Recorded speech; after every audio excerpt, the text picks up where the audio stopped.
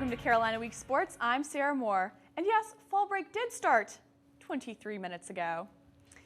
We are just past the halfway point in the semester, and the football team is just past the halfway point of the season. Despite some heartbreaking losses, the young team still has a chance to make it to a bowl game. But as Matthew Meadows tells us, the Heels will have to win out.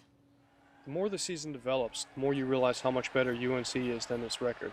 4 of the Heels' 5 losses were to teams now ranked in the BCS top 20, and 4 of their 5 losses were by a touchdown or less. UNC's only ugly loss was to the USF Bulls, who currently rank 2nd in the BCS. The Bulls' defense proved to be too much for the young Heels to handle. The Bulls dominated the Heels 37-10.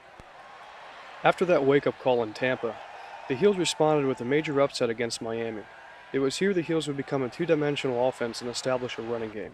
Carolina survived Miami's second-half rally to defeat the Canes 33-27, giving Butch Davis his first Division I win coming against his previous employer.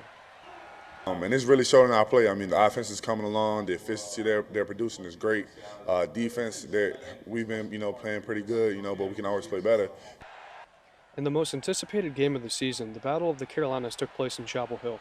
In spite of a poor start against South Carolina, UNC bounced back in the second half to shut out the Gamecocks for 2 periods.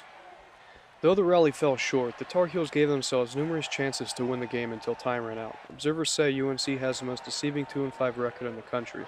Though winning out will be difficult, the team has a chance to become bowl eligible. Season's not been as great as we've wanted it to be so far. We got to take, you got to take the positive things, and we're going to keep going into these next weeks, and we're going to win these last 5 games.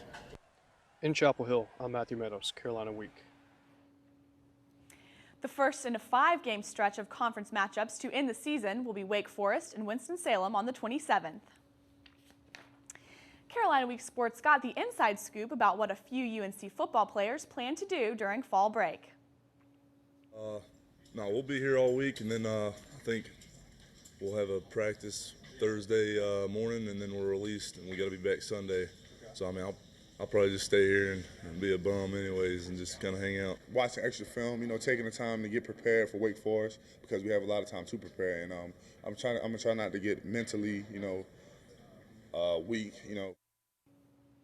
The men's soccer team tied Elon last night in the Heels' 7th overtime match of the season. Elon led for the majority of the game. In the 79th minute, Gary Lewis scored for the Heels, tying the game 1-1. This is Carolina's 5th tie of the season.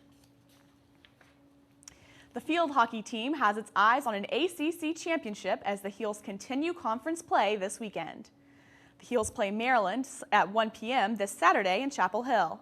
Last year, the Terps came out on top, winning 1-0 in College Park. The Heels are a perfect 16-0 this season and coming off a 3-0 win versus Virginia. Senior Rachel Dawson leads the team with 14 goals. This is the last chance to see the #1 ranked Tar Heels in Chapel Hill during the regular season. UNC is hosting the ITA Southeast Championship this weekend. Play began earlier today with pre-qualifying rounds. The tournament continues throughout the weekend with championship matches on Monday. If you're sticking around for fall break and need something fun to do, you can stop by the Cone-Kinfield Tennis Center for all the action.